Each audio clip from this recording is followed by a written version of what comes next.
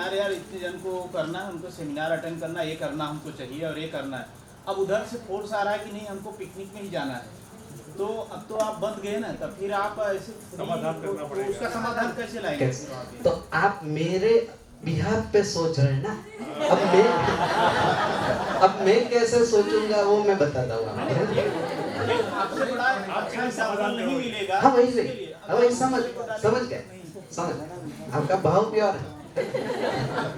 देखिए, परिवार जब होता है तब जीने का स्ट्रक्चर अलग है ना। अभी जो परिवार है उस स्ट्रक्चर से ये चल रहा है मेरा क्रियाकलाप। अब जब जिम्मेदारी है ना, जब परिवार की, जब मैं उस रोल में जाऊंगा, तब महीने में कितना समय समाज को देना है वो मुझे पता है, कितना समय परिवार को देना है और कितना समय आजीविका के लिए करना है मुझे पता रहता है। तो ऐसा नहीं होता कि मैं इसके लिए मुझे कॉम्प्रोमाइज करना पड़ता है। कोई कंडीशन ऐसा है कॉम्प्रोमाइज करना पड़ेगा। आपने सेमिनार यहाँ पे रख दिया है और उसी समय नहीं, मैं रखूंगा नहीं ना ऐसे। नहीं, जैसे अभी यहाँ पे प्रोग्राम है, आपको 5-6 दिन पहले ही पता चल गया होगा जी। अब वो 5-6 दिन पहले, और जैसे ही आपको क्लियर हो गया कि नहीं अभी यहाँ पे आदि विद्यालय पे प्रोग्राम है और हमको जाना ही है अभी आगे ऐसा, क्योंकि आप ही अटेंड करो, दूसरा तो है नहीं। अब बीच में वो 5 दिन के बाद जैसे 3 दिन या 2 दिन बाकी रह गया, उधर का प्रोग्राम दूसरा बन गया और एकदम फास्ट बन गया कि नहीं वो वाला कंपलसरी। सही है। तो कंडीशन कहाँ अप्लाई कैसे होता है? तो जो अभी हम निर्णय लेने की जब बारी आती है तो मेरा और मैक्सिमम मम्मी पापा का होता है। अभी ऐसे निर्णय होता है परिवार में, जब परिवार लेके चलते हैं ना, तो एक का निर्णय कभी हो नहीं सकता पहले तो ना। जब एक निर्णय लेता है ना तो प्रॉब्लम आता है। तो परिवार व्यवस्था को बनाए रखते हुए परिवार में निर्णय लिए जाते हैं, तब ये स्ट्रक्चर निकलता है। जैसे ये शिविर है ना, 1 साल पहले डिसाइड हो रही थी है ना, सडन नहीं होता कुछ चीज, तो वो प्लानिंग में होता है कि आगे इस समय जब, क्योंकि स्ट्रक्चर है ना, जैसे अभी वैकेशन आने वाला है, इतना वैकेशन होगा है ना, उसमें क्या करेंगे है ना, वो सब स्ट्रक्चर रहता है।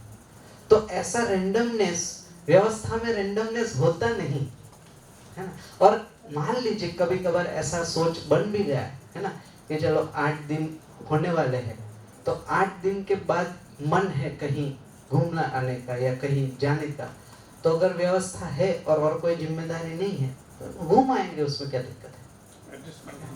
वो एडजस्टमेंट नहीं है। देखिए अगेन, कार्यक्रम नहीं है इसलिए वो हो पा रहा है। अगर आगे कुछ कार्यक्रम है तो वो डिमांड ही नहीं आती, क्योंकि उसको पता रहता है इसके बाद क्या करना है।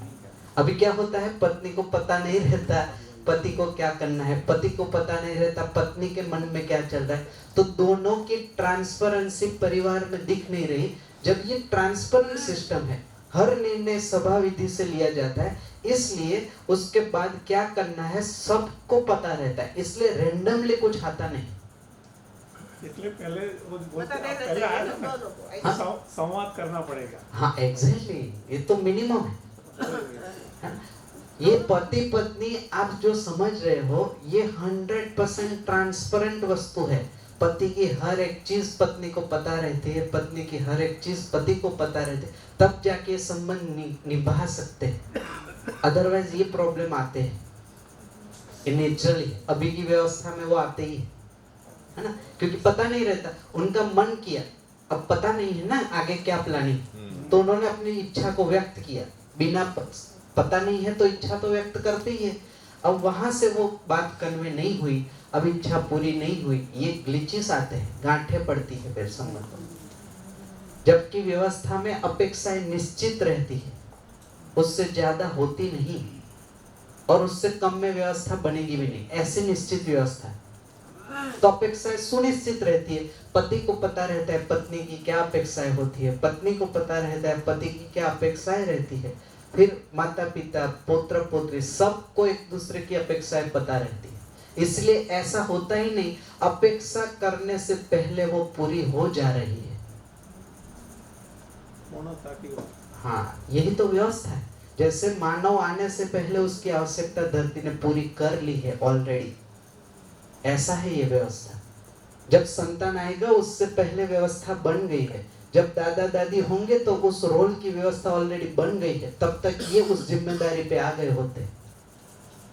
ये व्यवस्था अभी तो व्यवस्था का स्ट्रक्चर है जिसको हम परिवार बोल रहे हैं, वो ढांचा है, ढांचा खाचा, उसमें कंटेंट बाकी है, इसलिए परिवार में प्रॉब्लम आ रहा है। ये अलग चीज है जिसमें ढांचा खाचा स्ट्रक्चर तो है ही, प्लस पर्पस सब पता रहता है, सब परिवार को पता रहता है उसकी आवश्यकता क्या है। ऐसा नहीं है कभी मन किया आज ड्रेस ले लेते बहुत अच्छा है, ऐसा नहीं होता है ना, उसको पहले से पता रहता है कितनी आवश्यक, तो अननेसेसरी डिजायर बनती नहीं है। अभी डिजायर इसलिए बन रही है क्योंकि उसका आधार हित प्रिय लाभ है, वहां से छूटिए मत। याद है 4.5 क्रिया, तो डिजायर या इच्छा का आधार क्या है? हित प्रिय लाभ। ये व्यवस्था में किसी का आधार हित प्रिय लाभ नहीं होता, यहाँ न्याय धर्म सत्य दृष्टि से जीते। इसलिए तो मैंने बताया मिनिमम क्वालिफिकेशन दिव्य मानव है, ये संबंध। जब मिनिमम क्वालिफिकेशन ही दिव्य मानव है, अब सोचिए वो दिव्य मानव उठ पटांग अपेक्षा कैसे करेगा? रेंडमाइजेशन नहीं होता उसमें। लेकिन जो आप प्रश्न कर रहे हैं वो वर्तमान की रेफरेंस में आ रहा है प्रश्न, अभी जो स्थितियां है उसमें ऐसा हो रहा है। जब व्यवस्था में जीने जाते हैं तो ऐसा नहीं होता, उसमें ऐसा होता है। अनप्रिडिक्टेबल चीजें व्यवस्था में होती नहीं, कभी भी नहीं होती, सब कुछ पता रहता है, कब क्या कितना कब, वो सब बहुत ट्रांसपेरेंट सिस्टम। इसका अभी भास नहीं हुआ, इसलिए ऐसा लगता है क्योंकि अभी तो पहले ही परिचय शिविर है ना, अभी तो लंबा चलना है। इसका भास होने से भी इतनी सुखद व्यवस्था लगती है। इसके अलावा साथ आपको सब पता है, वो निष्कर्ष निकल जाता है, अच्छा यही है ऐसा। व्यवस्था का अलग सुख ये है। बताइए इसमें कोई डाउट है तो? हाँ बताइए। समझदार व्यक्ति માટે આપણે સમજાય છે કે જે વ્યક્તિ ભણેલા એના માટે આટલા બધા 8 દિવસની જે વર્કશોપ છે એમાંથી સમજાઈ શકીએ, પણ જે એની અંદર અભણ હશે તો એને કઈ રીતે આપણે એક્સપ્લેન કરી શકીએ? તો આ કન્ટેન્ટ જ્ઞાની અજ્ઞાની અને વિજ્ઞાની ત્રણેય માટે છે। જે અભણ છે એ પણ આટલું જ સમજશે, જે ભણેલા છે એ પણ આટલું જ સમજશે, અને જે વધારે પડતા ભણેલા છે એ પણ આટલું જ સમજશે। દરેક જણ માટે કન્ટેન્ટ। એટલે જ્યારે વર્કશોપ લોન્ચ થાય ને તો આ સામાજિક શિબિર હોય। સામાજિક શિબિરમાં બાળકથી લઈને વૃદ્ધ સુધી બધા આવે। દરેક જણને છેલ્લા દિવસે કંઈક મળી જાય, દરેક જણને કંઈક પ્રાપ્ત થઈ જાય। તો કન્ટેન્ટની જેને કહેવાય ને તાકાત છે બધાય માટે એક સરખું છે। એમાં અત્યારનું એજ્યુકેશન કોઈ બાધારૂપ નથી।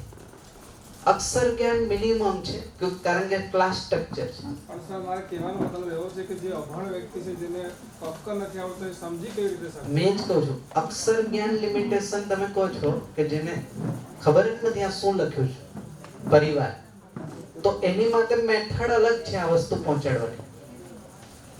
જેમ કે જેને વાંચતા લખતા નથી આવડતું એ જ કહો છો ને તમે, તો જેને વાંચતા લખતા નથી આવડતું તો એની માટે આ મેથડ થી આ વર્કશોપ નહીં જાય ને, અલગ મેથડ છે, જીવીને જશે ટૂંકમાં એની માટે। જેમ કે નાના બાળક માટે કઈ મેથડ હોય કારણ કે એને ક્યાં લખતા વાંચતા આવડે, તો એની માટે સ્કૂલમાં આપણે જે મેથડ એપ્લાય કરીએ છીએ ને કવિતા વાર્તા સ્ટોરી, કારણ કે એને ક્યાં આવડે સાંભળીને કંઈક શીખે, તો એ પણ સાંભળીને પછી એનામાં એક ક્યુરિયોસિટી બને। જો આ તો ગુરુની મહિમા જ, હવે એની ક્યુરિયોસિટી થશે કે મને લખતા વાંચતા શીખવું છે, ત્યારે તમે અક્ષર જ્ઞાન આપો છો ને વેલિડ છે। ફિર આતા હૈ ये जो આ તમે જે કહો છો ને પછી આવે જ આ મેં જોયું છે અભણ બહેનો હતી છત્તીસગઢમાં। અમે આદિવાસી એરિયામાં જ્યારે કામ ચાલુ કર્યું, કોઈ ભણેલા નહીં, આ જ વસ્તુ આ વસ્તુ પહોંચવાથી એ લોકોએ પાછું ભણવાનું શરૂ કર્યું, પોતાની જવાબદારી લીધી, એટમને સમજ્યા બેનો વિચાર, પછી એને ક્યુરિયોસિટી છે ને જિજ્ઞાસા થાય તો પછી માનસ કરે, ભણવાની ઈચ્છા થઈ, ભણવાની ઈચ્છા થાય એટલે પાછું ફોર્મલ નહીં ઇનફોર્મલ, કારણ કે મટીરિયલ તો અવેલેબલ છે જ, તમે ગમે ત્યારે ભણી જ શકો કોઈના ગાઈડન્સમાં. પાછા ભણ્યા, પાછી